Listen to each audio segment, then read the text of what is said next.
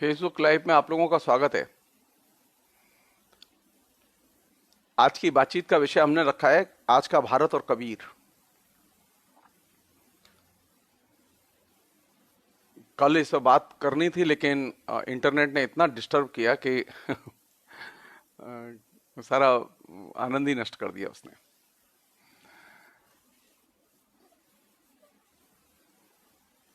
जब हम ये बात कह रहे हैं कि आज का भारत और कबीर, तो हमारे सामने कई महत्वपूर्ण चिंताएं हैं।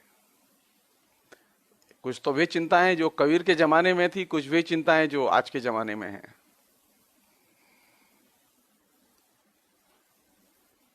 और कबीर पर बात करते समय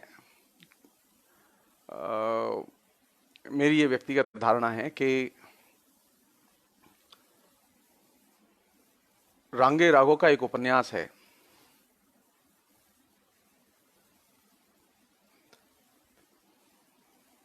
लोई का ताना, जो कबीर की पत्नी पर लिखा गया है और बहुत ही सुंदर उपन्यास है। रांगे राघव ने दो उपन्यास लिखे हैं। एक उपन्यास तुलसीदास की पत्नी पर लिखा है, रत्ना की बात, और दूसरा उपन्यास कबीर की पत्नी पर लिखा है, लोई का ताना। और ये दोनों उपन्यास, मतलब दिलचस्प है ये कि ये दोनों उपन्यास इन दोनों ही लेखकों के एक भिन्न किस्म के व्यक्तित्व और कृतित्व को सामने लाते हैं। और ये मतलब दिलचस्प है कि रांगे राघव के इन दोनों उपन्यासों पर कोई बातचीत नहीं हुई। कबीर पर खूब बातचीत हुई है, तुलसी पर खूब बातचीत हुई है। मैं क्यों इन दो उपन्यासों के जिक्र से ये बात शुरू करना चाहता हूं? कारण क्या है कि तुलसी और कबीर दोनों के बीच में एक चीज कॉमन है, वो है भगवान राम। एक के यहां राम की सगुण भक्ति और उसका चित्रण है, और दूसरे के यहां निर्गुण है। और जो पूरा का पूरा विमर्श साहित्य में आया है, वो इन दोनों कवियों के ऊपर केंद्रित सबसे ज्यादा लिखा गया। भक्ति आंदोलन पे जितना लिखा गया उसमें अधिकतम सामग्री, मतलब ये कहना सही होगा कि तकरीबन 85% सामग्री इन दो लेखकों की आलोचना और रचनाओं पर लिखी गई है। मैं रांगे राघव के उपन्यास रत्ना की बात का जिक्र इसलिए करना चाहता हूं क्योंकि तुलसीदास के व्यक्तित्व पर एक और उपन्यास लिखा था, वो लिखा था अमृतलाल नागर ने, मानस का हंस। और मानस का हंस लिखते समय अमृतलाल नागर ने, यानी अमृतलाल नागर भी प्रगतिशील लेखक हैं और रांगे राघव भी प्रगतिशील लेखक हैं, और दोनों ही अपने तरीके से तुलसीदास की खोज करते हैं।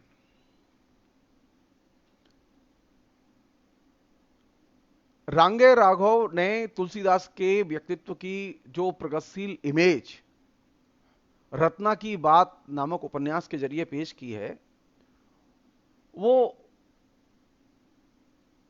तकरीबन डिस्कशन का हिस्सा ही नहीं बनी। इसके विपरीत मानस का हंस जो अमृतलाल नागर ने लिखा, जो कि तुलसी के व्यक्तित्व पर है, संयोग की बात है कि वह उपन्यास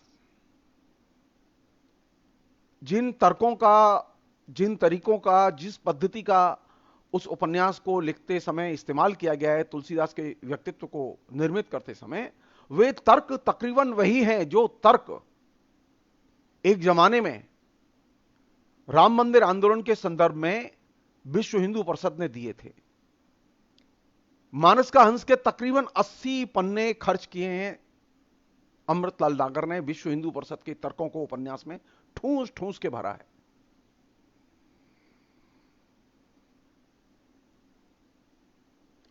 अमृतलाल नागर के सारे तर्क सुप्रीम कोर्ट के जजमेंट ने एकदम झुठला दिए। आलोचना तो छोड़ दीजिए, सुप्रीम कोर्ट को तो मालूम नहीं कि मानस का हंस कोई उपन्यास लिखा गया, उसका कोई जिक्र भी नहीं है। मानस का हंस उपन्यास के इस पहलू पर, यानी इसके सांप्रदायिक पहलू पर, सबसे पहले मैंने ही, जब ये बाबरी मस्जिद विध्वंस हुआ तो उसके बाद में मैंने एक पुस्तक संपादित की थी, उसमें मैंने बाबरी मस्जिद पर जो निबंध लिखा था उसमें मैंने इसका जिक्र किया था और आलोचना भी लिखी थी।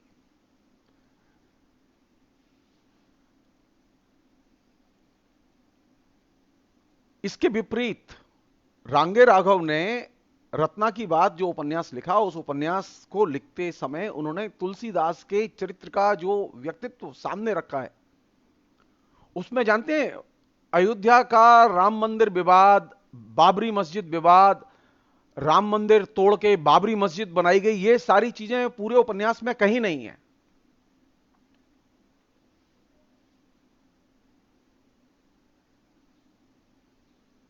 तो हिंदी का समाज किस दिशा में गया? रांगे राघव की दिशा में गया या अमृतलाल नागर की दिशा में गया?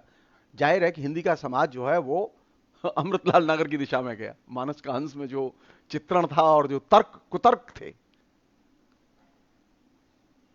यानी अगर मुझसे पूछा जाए भक्ति आंदोलन के सबसे बड़े कवि तुलसीदास को सांप्रदायिक बनाने की सबसे बड़ी चेष्टा या कुचेष्टा वो अमृतलाल नागर के मानस का हंस उपन्यास से शुरू होती है, और उसके बाद तो रामचरितमानस और तुलसीदास का जो पूरे के पूरे राम मंदिर आंदोलन में जो दुरुपयोग हुआ है वो सबके सामने है। मैं उसके डिटेल्स में नहीं जाना चाहता। मैं सिर्फ एक चीज मेंशन करना चाहता हूं कि रत्ना की बात नामक उपन्यास जो तुलसीदास के व्यक्तित्व को जिस रूप में सामने लाता है, उसमें बाबरी मस्जिद का प्रकरण कहीं भी जिक्र में नहीं आता। तो साहित्य पढ़ते समय, साहित्य पढ़ाते समय, साहित्य के सवालों पर, समाज के सवालों पर, और खासतौर पर हिंदी भाषी समाज और हिंदी भाषी समाज में प्रचलित राजनीति के सवालों पर विचार करते समय उपन्यास में जो लिखा जा रहा है उस पर नजर होनी चाहिए।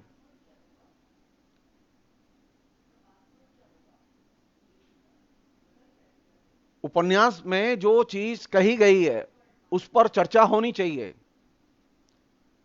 हमारे यहां हुआ यह है कि आज का भारत जिसमें हम लोग फंसे हुए हैं, हमने सांप्रदायिकता पर तो बहस की, धर्मनिरपेक्षता पर भी बहस की, लेकिन उसके उपन्यास संबंधी जो डायमेंशन था, आयाम था, उस पर बहस ही नहीं की। मतलब जैसे आपने मानस का हंस के बारे में बहस नहीं की, उसी तरह आपने गुरुदत्त के भारत विभाजन पर लिखे गए जो 8 उपन्यास हैं उन पर बहस नहीं की, चर्चा ही नहीं की, और उसने पूरे हिंदी भाषी समाज को कम्युनलाइज किया।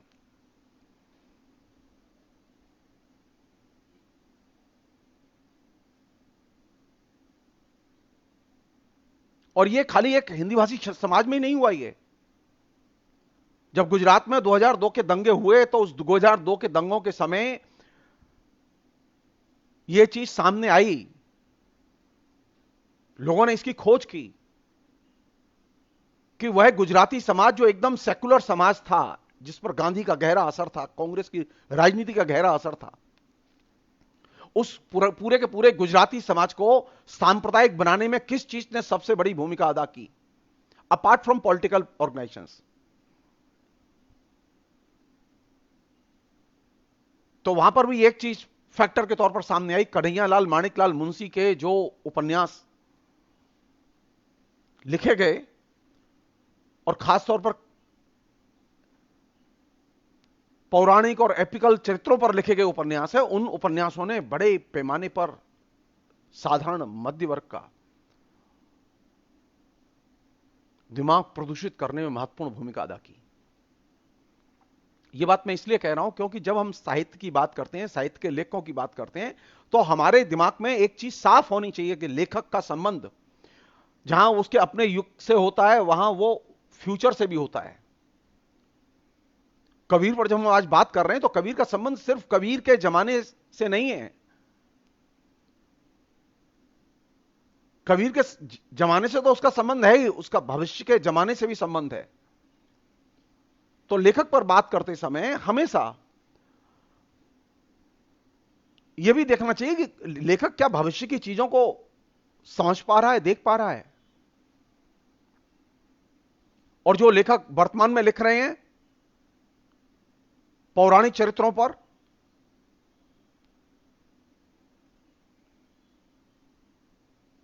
राजा रानियों के आख्यानों पर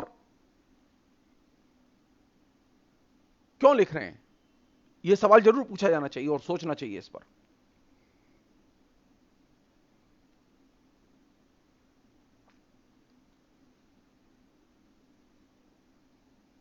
रांगे राघव का दूसरा जो उपन्यास है, मतलब आप अंतर समझ सकते हैं, रांगे राघव के यहां बाबरी मस्जिद प्रकरण दाखिल ही नहीं होता, राम मंदिर और बाबरी मस्जिद का विवाद दाखिल ही नहीं होता, लेकिन मानस का हंस में अमृतलाल नगर के यहां यह बाकायदा इंटीग्रेटेड तरीके से दाखिल होता है। और रामचरित मानस को, सॉरी, मानस का हंस को लिखते समय वे तुलसी के व्यक्तित्व और उसके निर्माण की प्रक्रिया की जो तमाम बहुत सारी चीजें रेखांकित करते हैं, उसमें प्रत्यक्ष तौर पर यह राम मंदिर विध्वंस और बाबरी मस्जिद का निर्माण, ये प्रसंग चले आते हैं, जबकि रांगे राघव के यहां यह चीज नहीं है, रत्ना की बात में यह चीज नहीं है, बाबरी मस्जिद है ही नहीं। अब मैं आता हूं ये कबीर वाले पहलू पर, क्यों ये जरूरी है। कबीर पर बात करते, मुझे लगता है कि कबीर पर बात करते समय या तुलसी पर बात करते समय या भक्ति आंदोलन के पूरे चरित्र पर बात करते समय रांगे राघव के दृष्टिकोण पर खुल के बहस होनी चाहिए, उससे बहुत सारी धुंध छटेगी।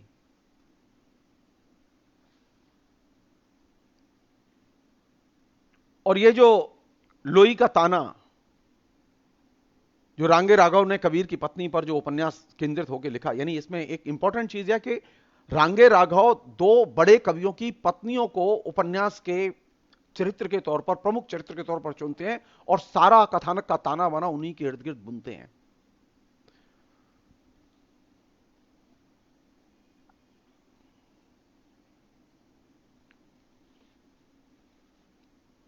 और ये लोई का ताना जो पुस्तक है, उपन्यास है,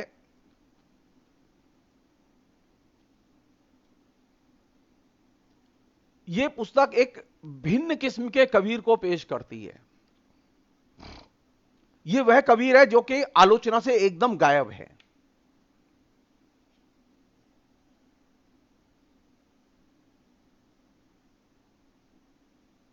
और आलोचना की दशा क्या है, इसलिए ये मेरी व्यक्तिगत धारणा है कि कबीर पर बात करते समय जिस तरह हजारीसाहब द्विवेदी का दृष्टिकोण महत्वपूर्ण है, उसी तरह रांगे राघव का दृष्टिकोण और ये उपन्यास महत्वपूर्ण है। इनको दोनों को सामने रख के बात की जानी चाहिए।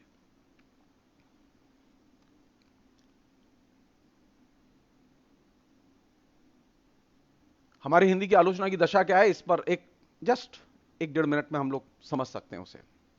हिंदी में 3 बड़े आलोचक, रामचंद्र शुक्ल, मुक्तिबोध और रामविलास शर्मा। इनमें मुक्तिबोध और रामविलास शर्मा मार्क्सवादी आलोचक हैं और रामचंद्र शुक्ल जो मार्क्सवादी नहीं है, वो अगर ट्रेडिशनल दृष्टि से कहें तो वो बुर्जुआ आलोचना के बड़े आलोचक हैं। तीनों आलोचक एक सिरे से कबीर का एकांगी और गलत मूल्यांकन करते हैं।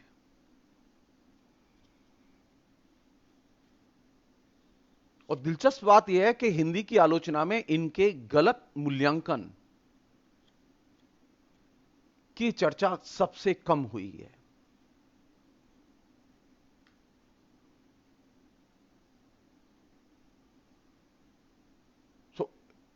साहित्य का नजरिया कैसे बनेगा? साहित्य का नजरिया बनेगा आलोचना में जो लिखा गया है, जब तक आप उससे कन्फ्रंट नहीं करेंगे, उससे मुठभेड़ नहीं करेंगे, उसका विश्लेषण नहीं करेंगे, तब तक आपके यहां साहित्य का नया नजरिया पैदा नहीं होगा।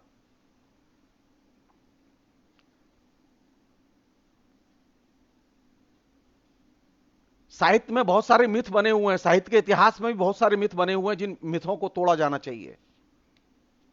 बहुत सारी कैटेगरी हैं जो कि एक खास समय में वर्गीकरण के लिहाज से उपयोगी थी, वो ठीक है, उस इस्तेमाल की लोगों ने, वो उस जमाने में ठीक थी।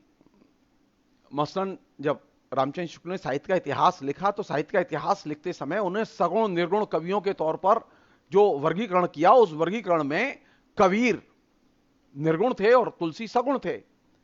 मेरा मानना है कि आज के दौर में जब आलोचना लिखी जाएगी और पढ़ी जाएगी और बताई जाएगी, तो सगुण निर्गुण की कैटेगरी एकदम बोगस कैटेगरी है, उसकी कोई जरूरत नहीं। आज जब भक्ति आंदोलन पर बात करेंगे, भक्ति आंदोलन के किसी कवि पर बात करेंगे, तो भक्ति के आवरण को हटा के बात करेंगे।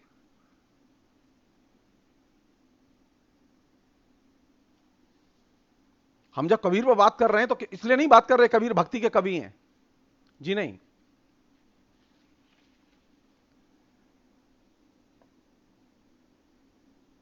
अगर कबीर पर बात की जाए तो कबीर के जमाने में सबसे बड़ी समस्या कौन सी है साहित्य की?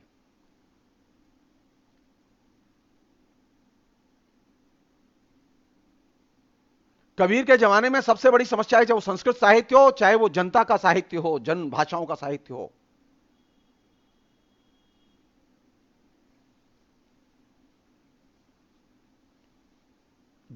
सबसे बड़ी समस्या है कि साहित्य और समाज के बीच में एक बड़ी दूरी थी, बिग गैप था, अंतराल था। साहित्य की यह चुनौती थी कि इस बिग अंतराल को कैसे पाटा जाए।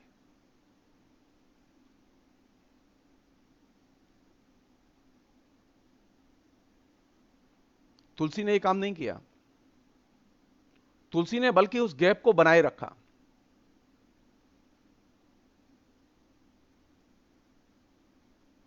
लेकिन कबीर ने अपने तरीके से इसमें हस्तक्षेप किया और इसको चुनौती दी। और कैसे चुनौती दी? कबीर के ऊपर एक जमाने में आलोचना में डॉक्टर नामवर सिंह ने एक बहुत महत्वपूर्ण संपादकीय लिखा, और वो संपादकीय लिखते समय उन्होंने नागार्जुन केंद्र में थे, और नागार्जुन के जरिए उन्होंने जो बात की कि उन्होंने कहा कि हिंदी में दो बड़े कवि हैं जो व्यंग के कवि हैं, एक है कबीर और दूसरे हैं नागार्जुन। बात ये सही है।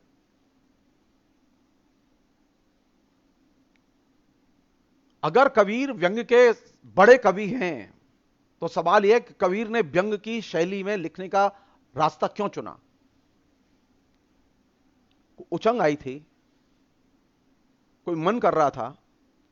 अरे उस समय कोई कवि लिखना नहीं चाहता था व्यंग में, कबीर ने क्यों लिखा व्यंग में? कौन सा साहित्य का महत्वपूर्ण प्रश्न था जिसकी वजह से व्यंग की शैली को अडॉप्ट किया गया? और कोई लेखक व्यंग की शैली को क्यों अडॉप्ट करता है? और व्यंग की शैली को जब वो अडॉप्ट करता है, तो साहित्य और जीवन के बीच में, या साहित्य और समाज के बीच में वो किस तरह के संबंध की सृष्टि करता है, इस सवाल पर हमें सोचना चाहिए।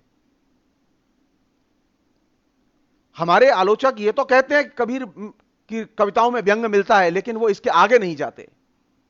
आलोचना को कायदे से इसके आगे प्रवेश करना चाहिए कि कबीर ने व्यंग का क्यों इस्तेमाल किया। कबीर ने व्यंग का इसलिए इस्तेमाल किया क्योंकि कबीर के जमाने में सबसे बड़ी समस्या थी साहित्य और समाज के बीच में बिग गैप, अंतराल, महाअंतराल। इस अंतराल को पाटने के लिए, यानी जो व्यंग है, व्यंग की शैली की विशेषता यह है कि व्यंग में जो दूर होती है चीज, उसे आप पास लाते हैं। जब आप किसी पर व्यंग कसते हैं और हायरार्की में वो आपसे बड़ा हो या दूर हो, तो व्यंग की शैली पास लाने में मदद करती है। और ये साहित्य में जो व्यंग की शैली, कविता में व्यंग की शैली अडॉप्ट की कबीर ने,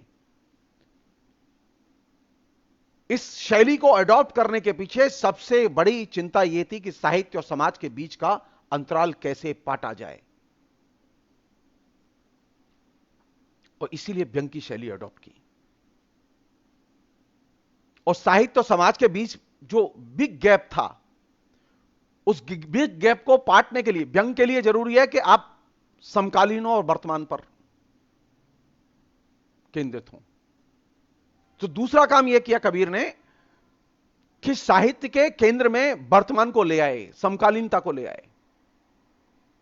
कबीर की रचनाओं में वे प्रश्न हैं जो कि समकालीन प्रश्न हैं। यानी कबीर व्यंग के जरिए एक साथ दो काम करते हैं। एक तो पहला काम यह करते हैं, और यह जो मैं बात कह रहा हूं कि व्यंग की भूमिका क्या है, ये जो साहित्य और समाज के बीच में जो मध्यकाल में जो एक बिग गैप पैदा हुआ, उस बिग गैप को फिलअप करने में, पूर्ण करने में, दूर करने में सबसे महत्वपूर्ण भूमिका अदा करता है व्यंग। और यह बात सबसे पहले विश्व की साहित्य आलोचना में रशिया के प्रमुख आलोचक मिखाइल वाक्तिन, उन्होंने रेखांकित की।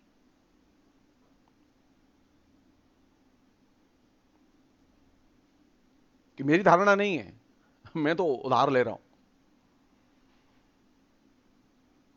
मिखाइल वाक्तिन ने जो धारणा दी थी, मिखाइल वाक्तिन की ताकत का आप अंदाजा लगा सकते हैं। मिखाइल वाक्तिन उन लोगों में से ऐसे आलोचक थे जिन्होंने स्टालिन को चुनौती दी थी। उस जमाने में स्टालिन के प्रमुख सिद्धांतकार हुआ करते थे जॉर्ज लुकास, जो मार्क्सवादी थे।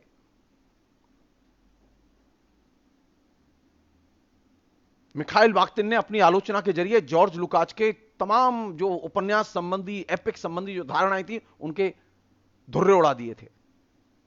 और इसके परिणाम स्वरूप मिखाइल वाक्तिन को स्टालिन ने साइबेरिया में निर्वासन में भेज दिया था।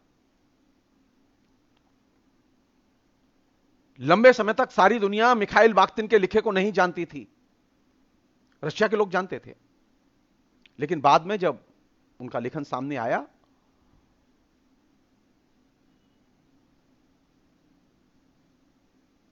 तो उपन्यास के बारे में, महाकाव्य के बारे में, उपन्यास और महाकाव्य के युगों के बारे में बहुत सारा धुंध छटा। और वो सिर्फ रशिया का ही नहीं, दुनिया के समूचे साहित्य में इस जेनर का धुंध छटा। तो मिखाइल वाक्तिन पहले आलोचक थे जिन्होंने इस बात को रेखांकित किया कि व्यंग कब दाखिल होता है, और खासतौर पर मेडिवल पीरियड में।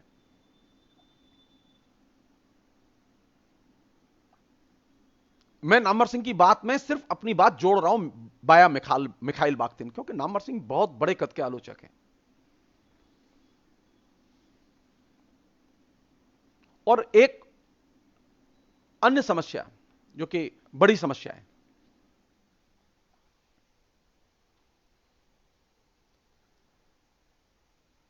यह अभी की बात नहीं है, यह मध्यकाल की बात कर रहा हूं मैं आपसे। साहित्य मध्यकाल में सांस्कृतिक संघर्ष का इंस्ट्रूमेंट कैसे बने, उपकरण कैसे बने, यह चिंता सबसे पहले हिंदी के लेखकों में कबीर में आती है। कबीर के पास में यह विरासत में थी, यह चीज सिद्धनाथों के साहित्य के जरिए उन्होंने विरासत में यह चीज ली थी। कबीर का कुछ श्रेय इस बात का जाता है कि उन्होंने साहित्य को सांस्कृतिक संघर्ष के उपकरण के तौर पर निर्मित किया।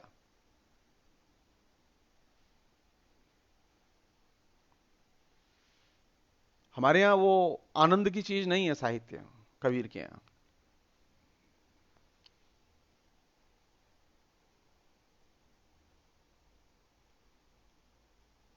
एक अन्य पहलू जिस पर के कायदे से विचार किया जाना चाहिए,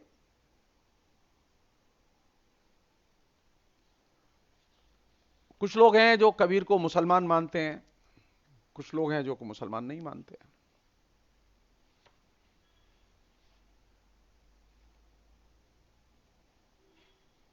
द्विवेदी जी ने लिखा है इस पर, द्विवेदी का कोटेशन बहुत बहुत शानदार वक्तव्य है इस संदर्भ में। द्विवेदी ने लिखा है कबीर के बारे में, जितने प्रकार के संस्कार पढ़ने के रास्ते हैं वे प्राय सभी उनके लिए बंद थे। कबीर के संदर्भ में, वे मुसलमान होकर भी मुसलमान नहीं थे, वे वैष्णव होकर भी वैष्णव नहीं थे, वे योगी होकर भी योगी नहीं थे, वे भगवान की ओर से ही सबसे न्यारे बनाकर भेजे गए थे, वे कुछ भगवान के नृसिंहावतार की मानव प्रतिमूर्ति थे, नृसिंह की भांत असंभव समझे जाने वाली नाना परिस्थितियों के मिलन बिंदु पर अवतीर्ण हुए थे। हिरण्यकश्यप ने वर मांग लिया था कि उसको मारने वाला न मनुष्य हो न पशु, मारे जाने का समय न दिन हो न रात, मारे जाने का स्थान न पृथ्वी हो न आकाश, मार सकने वाला हथियार न धातु का हो न पाषाण का, इत्यादि। इसलिए उसे मार सकना एक असंभव और आश्चर्यजनक घटना थी। नृसिंह ने इसीलिए नाना कोटियों के मिलन बिंदु को चुना था। असंभव व्यापार के लिए शायद ऐसी ही परंपरा विरोधी कोटियों का मिलन बिंदु भगवान को अभीष्ट होता है। कबीरदास ऐसे ही मिलन बिंदु पर खड़े थे, जहां से एक ओर हिंदुत्व निकल जाता है और दूसरी ओर मुसलमानत्व, जहां एक ओर ज्ञान निकल जाता है, दूसरी ओर अशिक्षा, जहां से एक ओर योग मार्ग निकल जाता है, दूसरी ओर भक्ति मार्ग, जहां से एक ओर निर्गुण भावना निकल जाती है, दूसरी ओर सगुण साधना। उसी प्रशस्त चौराहे पर वे खड़े थे। वे दोनों ओर देख सकते थे और परस्पर विरुद्ध दिशा में गए मार्गों के दोष गुण उन्हें दिखाई दे जाते थे। कोटेशन बंद।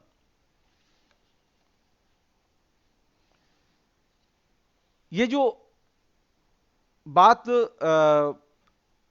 द्विवेदी जी ने रखी, उस बात को रखते समय जो उन्होंने रखा कि जो भारतीय संस्कृति के जो बहुलतावादी रूप हैं, उस बहुलतावादी रूप का वे एक तरह से मिलन बिंदु हैं। हम सब लोग जानते हैं कि कबीर का संबंध जो है नाथ संप्रदाय से है। तो ये नाथ कौन लोग होते थे?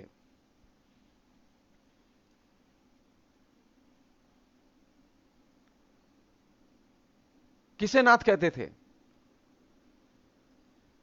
नाथ वे लोग थे जो वर्णाश्रम के परे थे।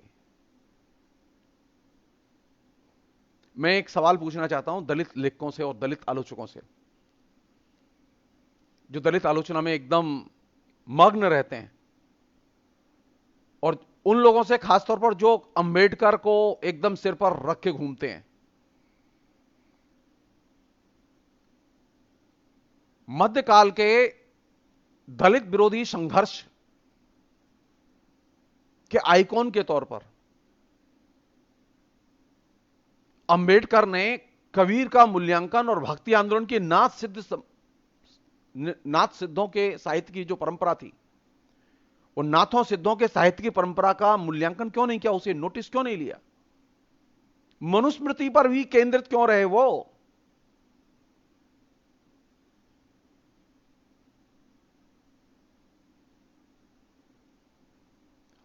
अगर मध्यकाल की लड़ाई देखनी है और ऐसी लड़ाई देखनी है जिसमें कि हिंदी के दलित लेखक पूरी ताकत के साथ जाति प्रथा के खिलाफ में और वर्णाश्रम प्रथा के वर्णाश्रम व्यवस्था के खिलाफ लड़ रहे हैं, तो भक्ति आंदोलन और भक्ति आंदोलन के पहले नाथों और सिद्धों का जो साहित्य है, वह साहित्य एक आइडियल साहित्य है।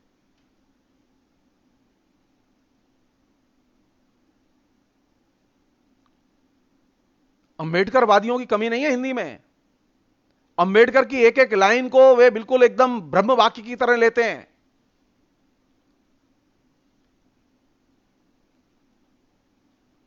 सवाल किया जाना चाहिए उनसे कि अंबेडकर ने कबीर को नोटिस क्यों नहीं लिया, और मनुस्मृति पर इतनी क्या मेहरबानी थी कि मनु पर ज्यादा चिंता व्यक्त की गई। नाथों सिद्धों के साहित्य में अधिकतर लेखक वे थे जो कि निम्न जातियों से आते थे, और नाथ परंपरा में वे लेखक गिने जाते थे जो वर्णाश्रम व्यवस्था को नहीं मानते थे। नाथ कौन? जो वर्णाश्रम व्यवस्था के परे।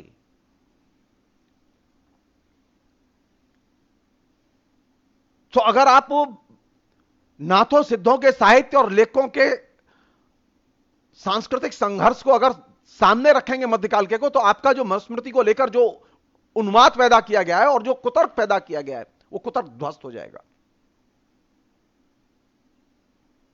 मध्यकाल में सिर्फ मनुस्मृति ही नहीं है, बल्कि मध्यकाल में नाथों और सिद्धों का साहित्य भी है, और यह चीज अंबेडकर पंथियों को समझ में नहीं आती।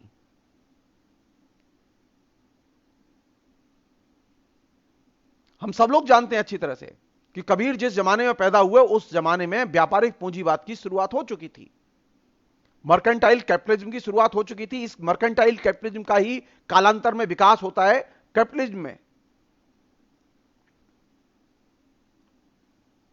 और जो भक्ति आंदोलन में कारीगर कवि मिलते हैं, वे कारीगर कवि ही कालांतर में, कारीगर लोग ही कालांतर में मजदूर वर्ग में कन्वर्ट होते हैं। और जो व्यापारी थे वे पूंजीपति में कन्वर्ट होते हैं।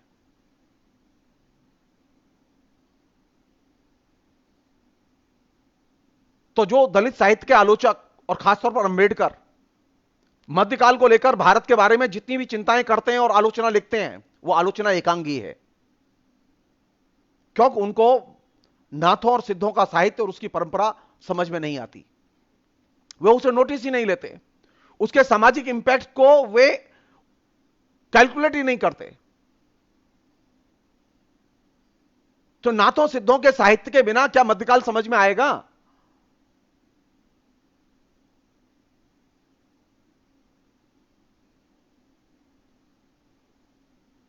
कैसे कैसे कैसे यह मान लिया जाए कि मनुस्मृति का इंपैक्ट था और कबीर का इंपैक्ट नहीं था? कैसे मान लिया जाए? कबीर तो खुलेआम वर्णाश्रम व्यवस्था को चुनौती देते हैं, नाथ सिद्ध खुलेआम वर्णाश्रम व्यवस्था को चुनौती देते हैं। तो जो वर्णाश्रम व्यवस्था को चुनौती देते हैं, उन लेखकों और कवियों को आप नोटिस क्यों नहीं लेते? और आप ये एक तरफा आलोचना आपने क्यों विकसित की जिससे कि लगे कि मध्यकाल का मतलब सिर्फ ब्राह्मणवाद? बल्कि वास्तविकता यह है कि हिंदी का लेखक मनुस्मृति से प्रभावित नहीं है, बल्कि हिंदी का लेखक मनुस्मृति से लड़ते हुए दिखाई देता है। नाथों और सिद्धों के साहित्य के अधिकतर लेखक वर्णाश्रम व्यवस्था के घनघोर विरोधी हैं। उन्होंने इतना विरोध किया है कि इतना स्वयं अंबेडकर ने नहीं लिखा।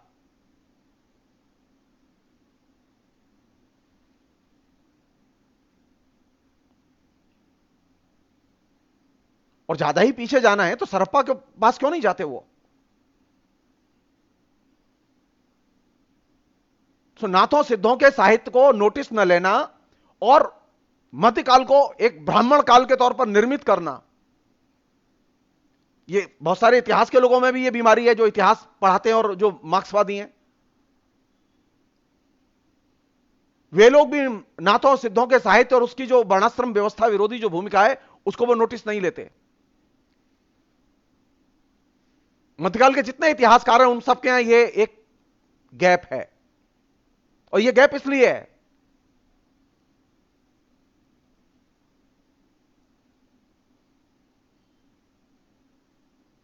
कि आप पश्चिम की दृष्टि से हिंदू धर्म और हिंदू धर्म में चलने वाली परंपराओं को देख रहे हैं।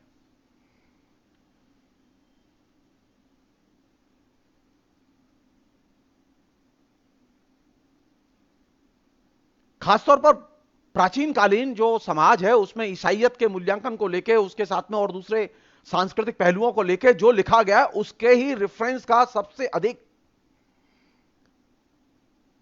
अंबेडकर ने जाति प्रथा की आलोचना करते समय सबसे ज्यादा इस्तेमाल किया है। अंबेडकर को मालूम ही नहीं है कि नाथों सिद्धों की भी कोई परंपरा हिंदुस्तान में थी जो वर्णाश्रम व्यवस्था की विरोधी थी। और ये इतने मुखर लेखक थे कि इन्होंने पूरे के पूरे हिंदी साहित्य को, मध्यकाल के पूरे साहित्य को प्रभावित किया। इन्होंने भक्ति आंदोलन को प्रभावित किया, इन्होंने आधुनिक काल के साहित्य को प्रभावित किया। मनुस्मृति ने प्रभावित नहीं किया।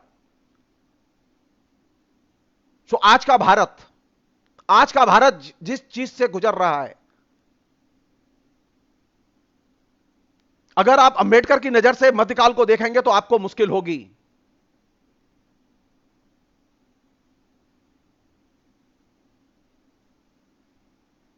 अंबेडकर की मध्यकाल के धर्म की आलोचना में एक अनैतिहासिकता है, एकांगिकता है।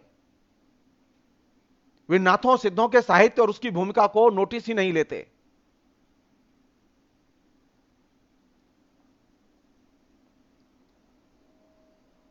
यानी फिर मैं लौट रहा हूं कबीर पर ही। ये जो नाथ पदबंध है, इसमें जो ना है वो क्या है? इस नाम का बहुत मीनिंग है, और ये ऐसे नहीं है। नाथ में जो ना है, ना का मीनिंग है मोक्ष दान में दक्ष।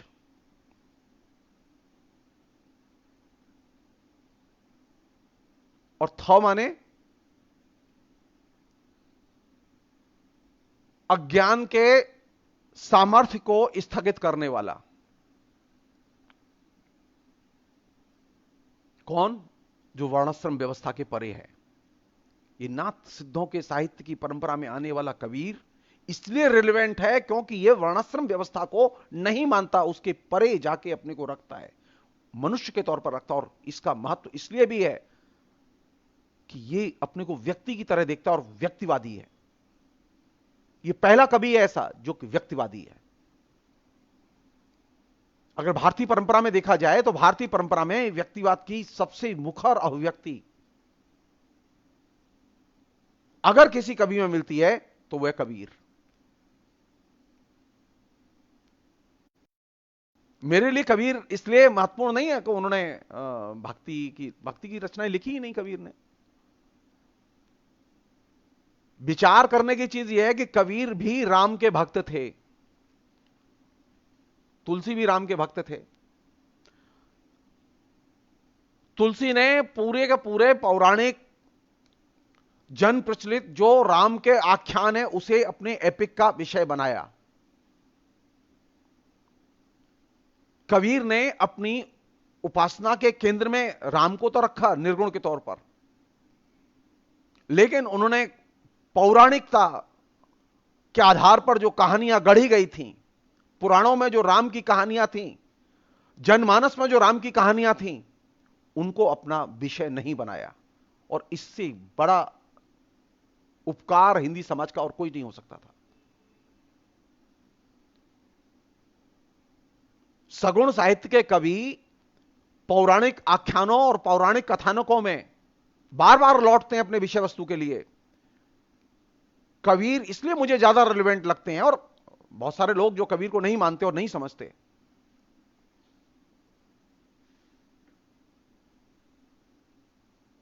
कहां मिलेंगे राम? कबीर के यहां राम जिसकी कि वो उपासना करते हैं वो राम कैसे हैं, कहां मिलेंगे? उसकी कोई शक्ल नहीं है, कोई इमेज नहीं है, कोई मूर्ति नहीं है। तो मूर्ति पधराते घूम रहे हैं ना योगी जी। अब सोचिए, नाथ परंपरा का एक व्यक्ति जो मुख्यमंत्री है और नाथ परंपरा का एक बड़ा कवि जो कबीर है। कबीर के यहां राम की कोई मूर्ति नहीं है और योगी के पास राम की मूर्ति है। कबीर को कौन अच्छा जानता है, योगी आदित्यनाथ या संत कबीर? कबीर जिस जमाने में राम की उपासना पर बल देते हैं, राम पर बल देते हैं, राम की उपासना करते हैं और वो अपने भक्ति आंदोलन का एक महत्वपूर्ण हिस्सा राम को बनाते हैं, तो वे तमाम किस्म के पौराणिक कथानकों से परे राम को ले जाकर राम को अनुभूति का हिस्सा बनाते हैं।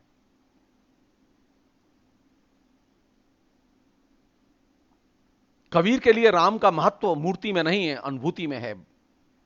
ये पहली बार भगवान का अनुभूति में। और आपने क्या किया? आपने क्या किया? उसे मूर्तियों में कन्वर्ट कर दिया और मूर्ति पूजा का हिस्सा बना दिया। कबीर जब राम को अनुभूति में कन्वर्ट कर रहे थे और अनुभूति के साथ जोड़कर पेश कर रहे थे, तो इनडायरेक्टली मूर्ति पूजा का निषेध कर रहे थे।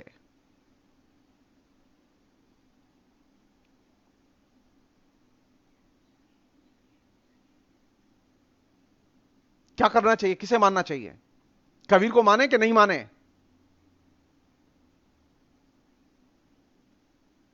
कबीर की बात आज भी साइंटिफिकली सही है कि फीलिंग्स बहुत इंपॉर्टेंट होती है, अनुभूति बहुत महत्वपूर्ण होती है।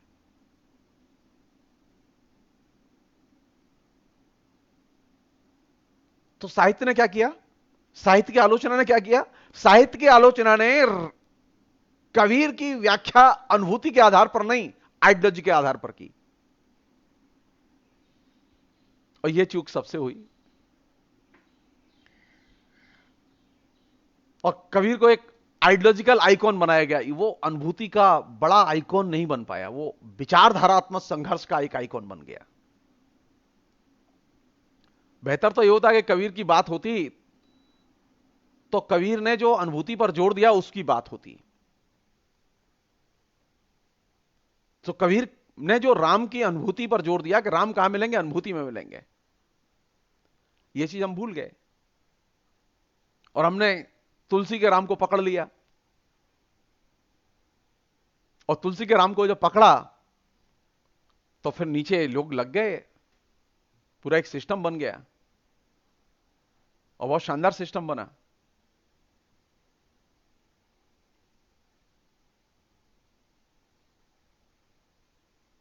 और राम अभी सबसे बड़ा ताकतवर आइकॉन है मूर्ति पूजा में। कबीर के लिए, कबीर को समझने के लिए यह बहुत जरूरी है, कबीर मूर्ति पूजा को नहीं मानते थे।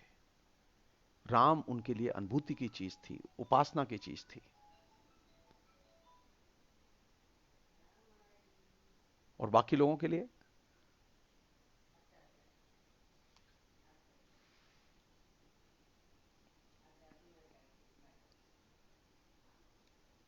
एक अन्य चीज और बहुत ही मजेदार चीज, वो ये कि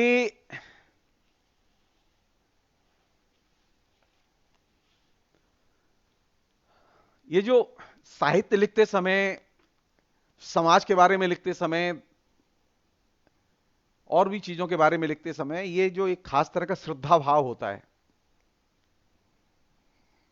आज भी, आजकल भी होता है। हम लोग बड़े खुश होते हैं श्रद्धा भाव में।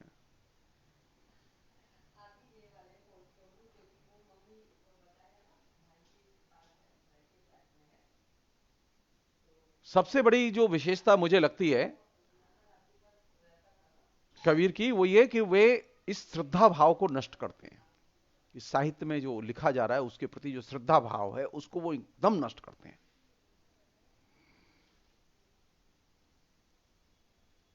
और श्रद्धा भाव को जब नष्ट करते हैं तो उसमें व्यंग का ही सहारा लेते हैं। आज कौन सी चीज दांव पर लगी हुई है?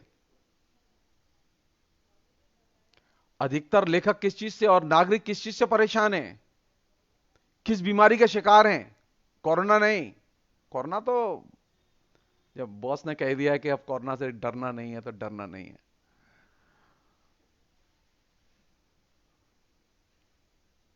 कौन सी चीज है जो सबसे ज्यादा प्रभावित किए हुए अभी समाज को?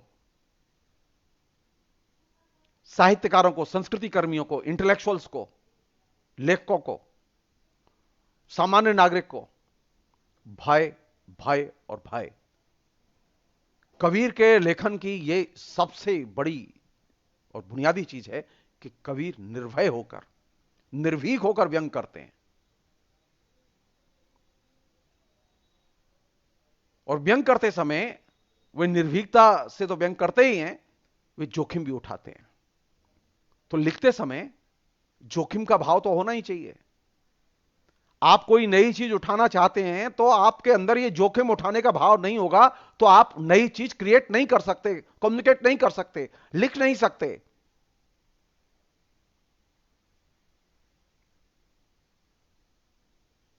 मैं अगर अपने किसी भी प्रिय लेखक की मैं अगर आलोचना करता हूं तो मुझे पहले शर्त है कि मैं उसके प्रति जो श्रद्धा भाव है उससे बाहर निकलूं। श्रद्धा में रह के आप आलोचना नहीं लिख सकते। तो कबीर से सीखने वाली चीज कौन सी है कि साहित्य में जो कुछ लिखा जाता है उसे श्रद्धा भाव से न तो पढ़ा जाना चाहिए और न लिखा जाना चाहिए।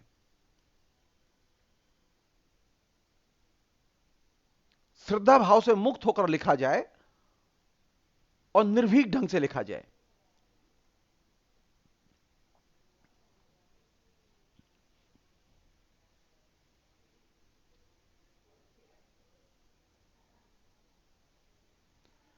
और साहित्य के लिए कौन सी चीज जरूरी है?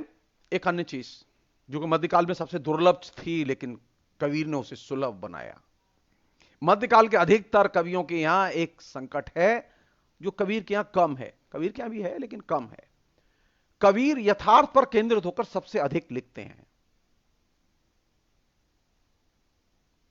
साहित्य को लिखने के लिए यथार्थ केंद्रित होना बेहद जरूरी है। यह चीज सबसे पहले कबीर पकड़ते हैं मध्यकाल में।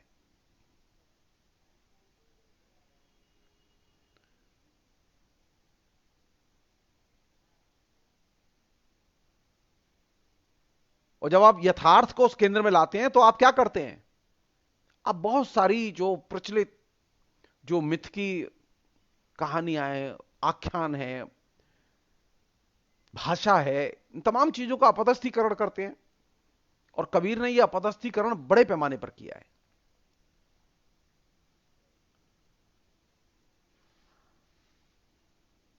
एक अन्य चीज जो कि हम लोगों को खासतौर पर सीखनी चाहिए और होनी भी चाहिए हम लोगों में, कि जो नाथ परंपरा के जो कवि हैं और जिसमें कि कबीर भी आते हैं, इन नाथ परंपरा के कवियों की जो एक अन्य विशेषता है वो ये कि ये पक्षपात रहित होकर लिखते हैं।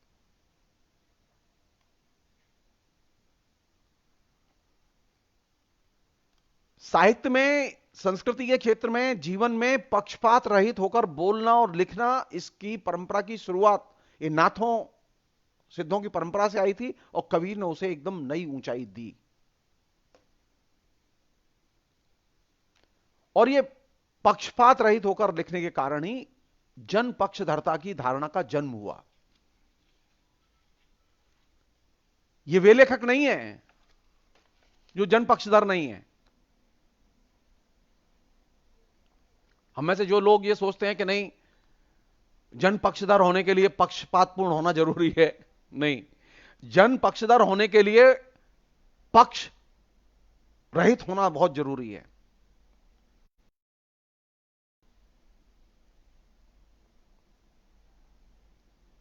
और जब जन पक्षधर होंगे,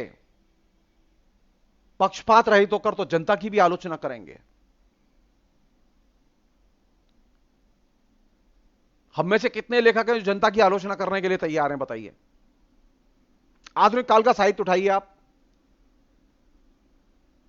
आधुनिक काल के साहित्य में ऐसे कितने लेखक हैं जिन्होंने अंधविश्वास के खिलाफ लिखा कि जनता में अंधविश्वास है और जनता अंधविश्वासों पर विश्वास करती है, इसकी आलोचना की जानी चाहिए।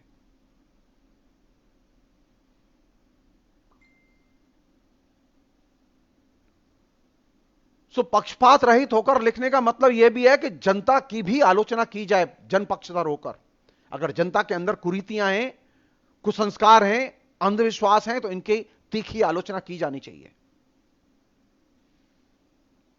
आपको तो अंधविश्वासों के खिलाफ लिखी हुई हिंदी की 5 रचनाएं नहीं मिलेंगी आधुनिक काल में।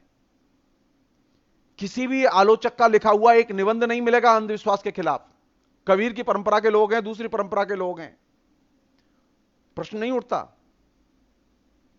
कि जो दूसरी परंपरा का निर्माण किया गया, वो दूसरी परंपरा के लेखकों ने हजारी प्रसाद द्विवेदी से लेकर नामवर सिंह तक, क्या कभी कोई निबंध अंधविश्वास के खिलाफ लिखा गया? नहीं लिखा। क्यों?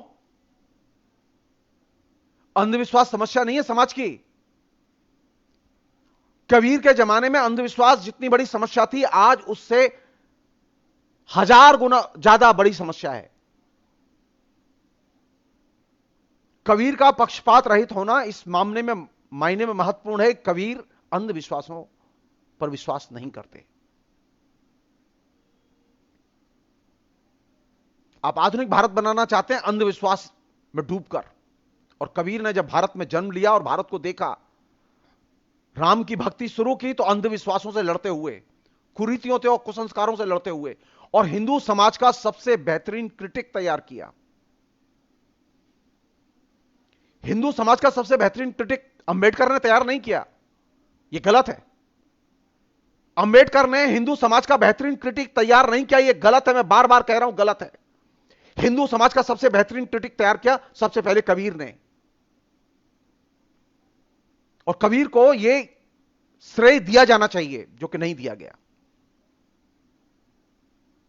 हिंदू समाज की कुरीतियों, वर्णाश्रम व्यवस्था, उसके भेद, उपभेद, उसके कुसंस्कार, उसके उत्पीड़न, उसके दमन, इन तमाम चीजों का अपनी कविता में इस्तेमाल करना, उन पर कविताएं लिखना, यह सबसे पहले परंपरा किसने शुरू की? कबीर ने शुरू की। अगर मुझसे पूछें तो हिंदू समाज का सबसे अच्छा सुंदर क्रिटिक, आलोचनात्मक विवेचन विश्लेषण, उसकी तीखी आलोचना एक हिंदू होकर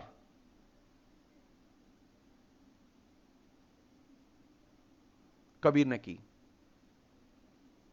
वो खुद अपने को उस तरह से नहीं मानते, ना वो हिंदू मानते थे, ना मुसलमान मानते थे, वो मनुष्य की तरह देखते थे। और पहली बार ये चीज केंद्र में आई कि लेखक को अपने को मनुष्य की तरह देखना चाहिए, वह ना हिंदू होता है ना मुसलमान होता है।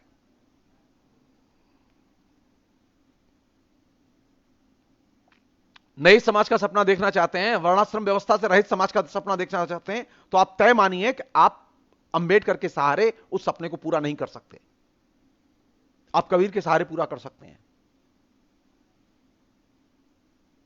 तो कबीर में यह विवेक है और यह साहस है कि वह जिस समाज में पैदा हुआ, जिस समाज ने पाल पोस कर बड़ा किया, वह उस समाज पर सबसे पहले उंगली उठाता है, उसकी कमजोरियों को, उसकी रूढ़ियों को, उसके कुसंस्कारों को, और उसका जो सबसे बड़ा आइडियोलॉजिकल ड्रॉबैक है, अंधविश्वास, उस पर सबसे पहले कुठाराघात करता है।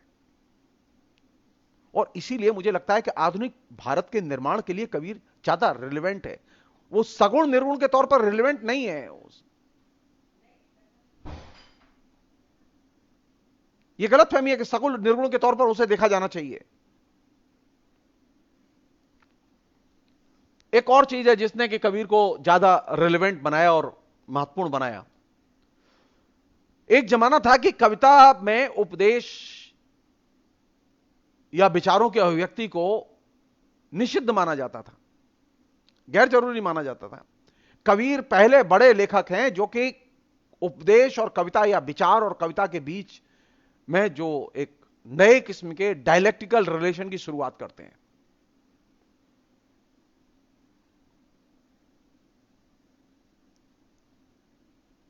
जो लोग कहते हैं ना कि साहित्य का विचारधारा से संबंध नहीं होता, साहित्य का राजनीति से संबंध नहीं होता, उनके लिए सबसे बड़ा प्रत्युत्तर है कबीर कि साहित्य का राजनीति से भी संबंध होता है और साहित्य का विचारधारा से भी संबंध होता है।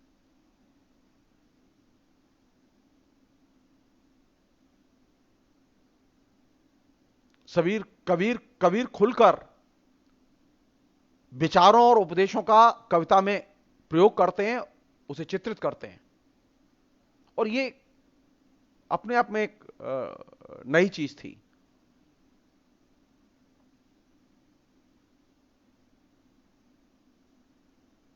जो कविता और साहित्य का संबंध, सॉरी, कविता और विचारधारा का संबंध, कविता और राजनीति का संबंध होता है कि नहीं होता है?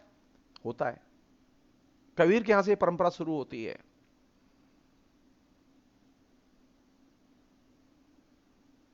इस संबंध की शुरुआत सबसे पहले साहित्य में मेडिवल पीरियड में कबीर के यहां से होती है। आधुनिक काल में तो उसका भरपूर विकास होता है।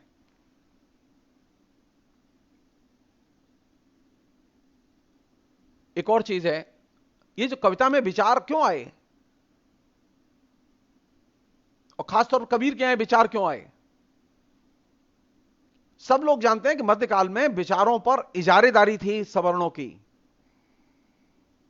और सवर्णों की इस इजारेदारी को तोड़ने के लिए कबीर ने विचारों का सबसे अधिक इस्तेमाल किया, उपदेशों का सबसे अधिक इस्तेमाल किया।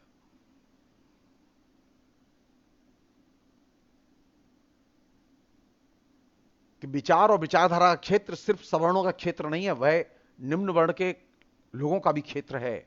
वे भी उसमें हस्तक्षेप कर सकते हैं, सोच सकते हैं, लिख सकते हैं, उनके भी अपने विचार हैं उस पर।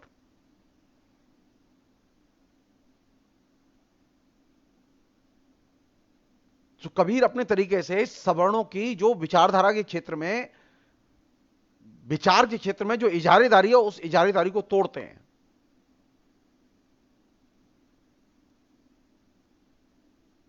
और इस सब को तोड़ते समय, कबीर अपने लिए किस तरह की चीजें चुनते हैं?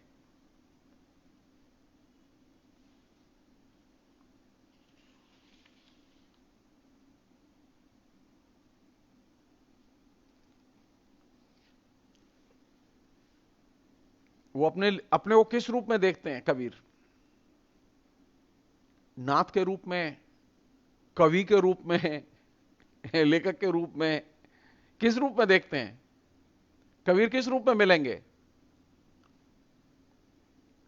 सिर्फ मनुष्य। हजारीसाहब द्विवेदी की पूरी कबीर संबंधी आलोचना की पुस्तक का निचोड़ है कि अगर कबीर को कहीं मिलना है तो किस रूप में मिलेगा कबीर? मनुष्य। तो कबीर पर बात करते समय कबीर के मनुष्य बोध पर और मनुष्य बोध के साथ जुड़ी हुई विचारधारात्मक जो प्रक्रियाएं हैं, उन प्रक्रियाओं को खोला जाना चाहिए, उनका मूल्यांकन किया जाना चाहिए।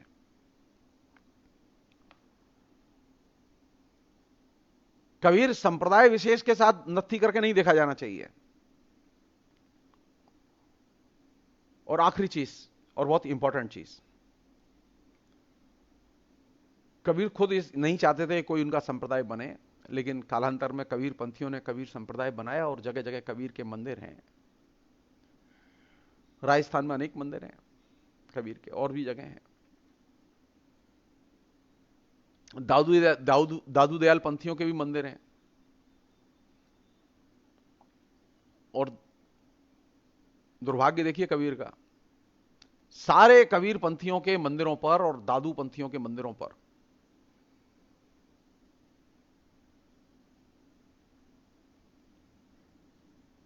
हिंदुत्ववादी सांप्रदायिक संगठनों का कब्जा है।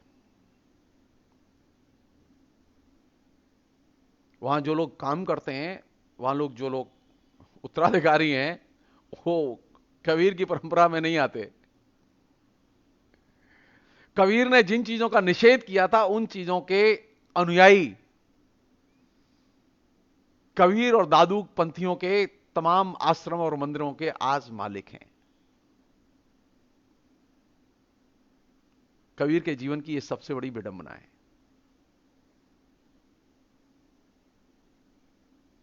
कबीर ने कभी सोचा ही नहीं था कि उनके उत्तराधिकारी हिंदुत्ववादी होंगे।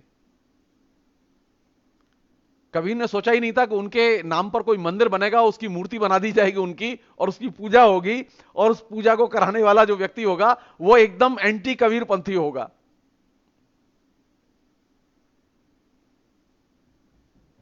इसे कहते हैं टिपिकल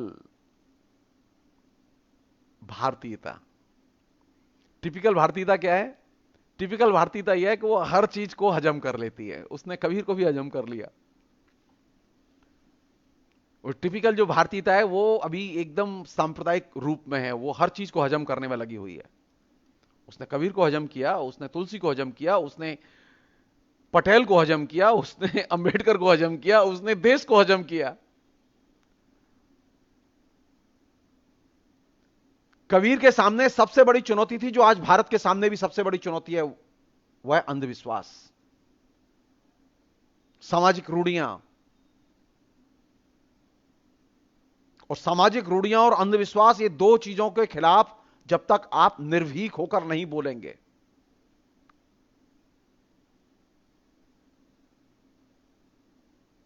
आप हिंदुस्तान को नहीं बदल सकते। आप लाख कानून बनाइए,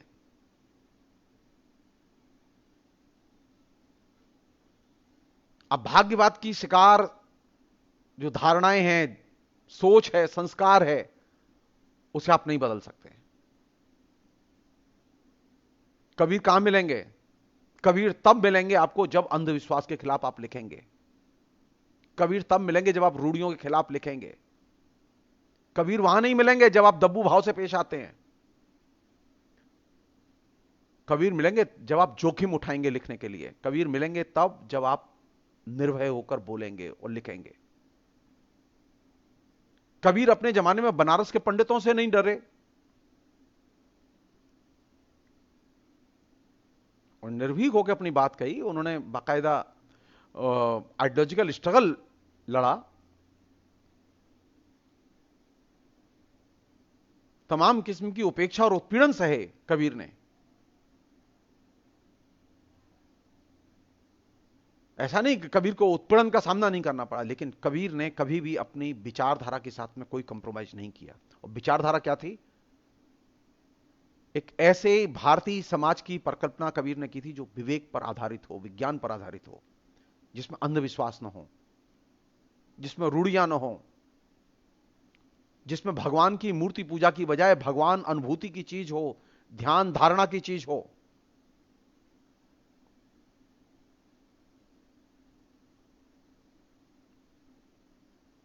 कबीर उस तमाम किस्म के सन्यासियों के पाखंड और संपत्ति मोह से दूर थे जो अभी सन्यासियों में दिखाई देता है। कबीर के पास कोई संपत्ति नहीं थी, एक ही संपत्ति थी कबीर की, वो था उनका विवेक। एक ही संपत्ति थी कबीर की, वह था उनका मनुष्य का विवेक और मनुष्यता जो उन्होंने अर्जित की थी।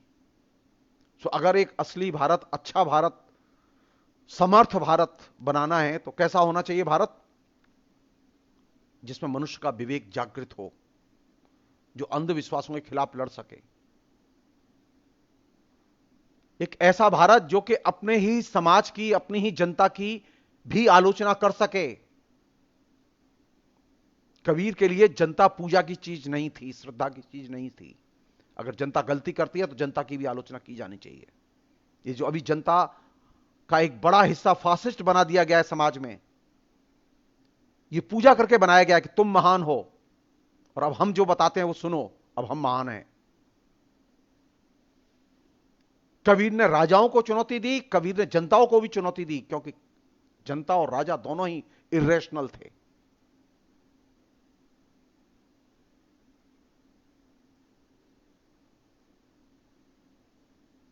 इरेशनल राजा और इरेशनल जनता, ये दोनों ही जब तक साहित्य के केंद्र में नहीं आएंगे। हमारे यहां क्या है कि इरेशनल राजा की तो आलोचना मिल जाती है प्रगतिशीलों के यहां, लेकिन इरेशनल जनता की आलोचना नहीं मिलती। सो कबीर की परंपरा का साहित्य में विकास करने के लिए जरूरी है कि जनता के अंदर भी व्याप्त अविवेकवादी परंपराओं, संस्कारों और आदतों को चुनौती दी जाए, उन पर लिखा जाए, बोला जाए, तभी आपको कबीर मिलेंगे।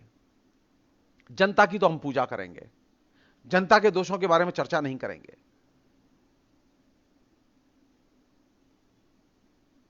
तो जाहिर है कि साहित्य में आप कंट्रीब्यूट नहीं कर पाएंगे।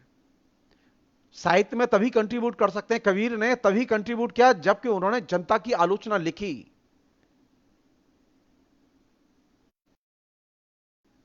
तुलसी की सबसे बड़ी कमजोरी क्या है कि तुलसी क्या जनता की आलोचना नहीं है, कबीर क्या जनता की आलोचना मिलती है।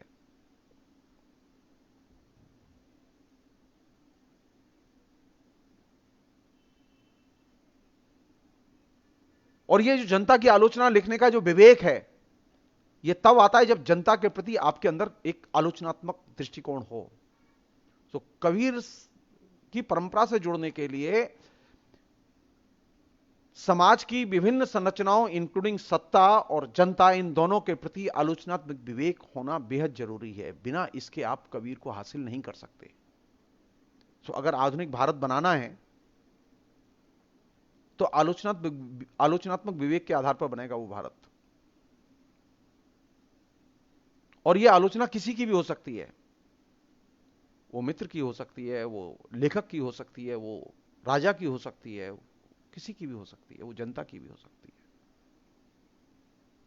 और इसके लिए कोई समझौता नहीं होगा। कबीर समझौताहीन आलोचना लिखी है उन्होंने, और समझौताहीन आलोचना लिखने के कारण ही कबीर बड़े कवि बने।